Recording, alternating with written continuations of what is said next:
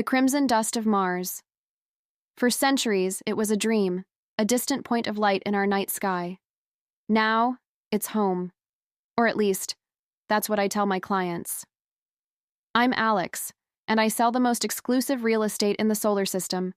Luxury apartments at Elysium Rise, the first self-sustaining habitat on Mars.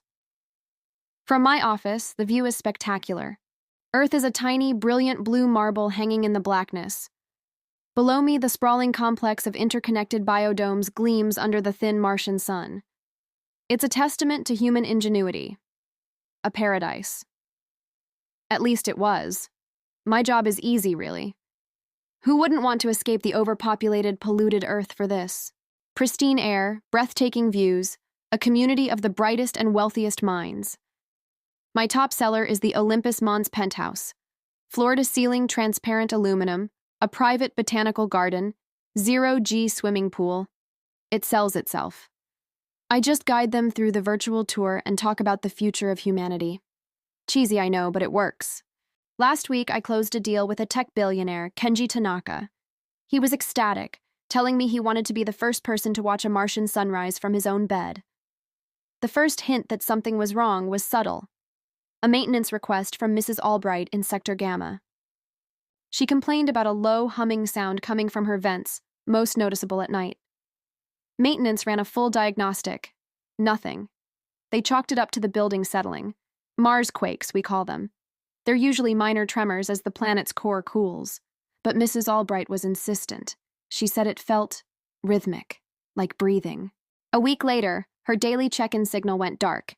The official report was a comms malfunction. Her unit was empty, no sign of struggle. She was just gone. Then it was the Garrisons, a young couple in Delta Sector. They were colonists, scientists studying Martian geology. They'd been sending me excited messages about strange seismic readings from deep beneath the complex. Not tectonic, Alex, David Garrison wrote. The patterns are too regular, too complex. It's like a signal. I told them to pass it to the geology department and thought nothing of it. 2 days later, their apartment was also empty. Their research terminal was left open, displaying a waveform that looked eerily like a heartbeat.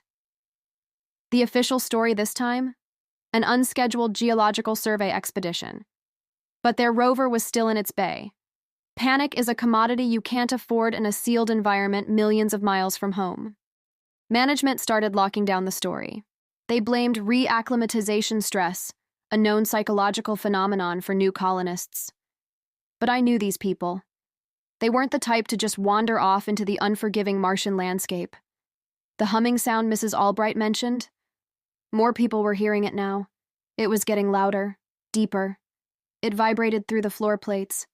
A constant, low-frequency thrum that got under your skin. It felt ancient. My own apartment is on the highest level, right under the main dome. Last night, I couldn't sleep. The humming was no longer just a sound. It was a physical pressure. I stood at my window, looking out at the vast, silent desert of rock and red sand stretching to the horizon. And then I saw it. Faint at first. A soft, pulsing luminescence under the ground, miles out. It wasn't the lights of a rover.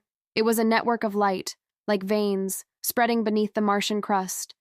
The pulses matched the rhythm of the humming perfectly, a slow, steady beat. The planet was breathing. That's when I accessed the classified geological surveys, using some old backdoors I probably shouldn't have.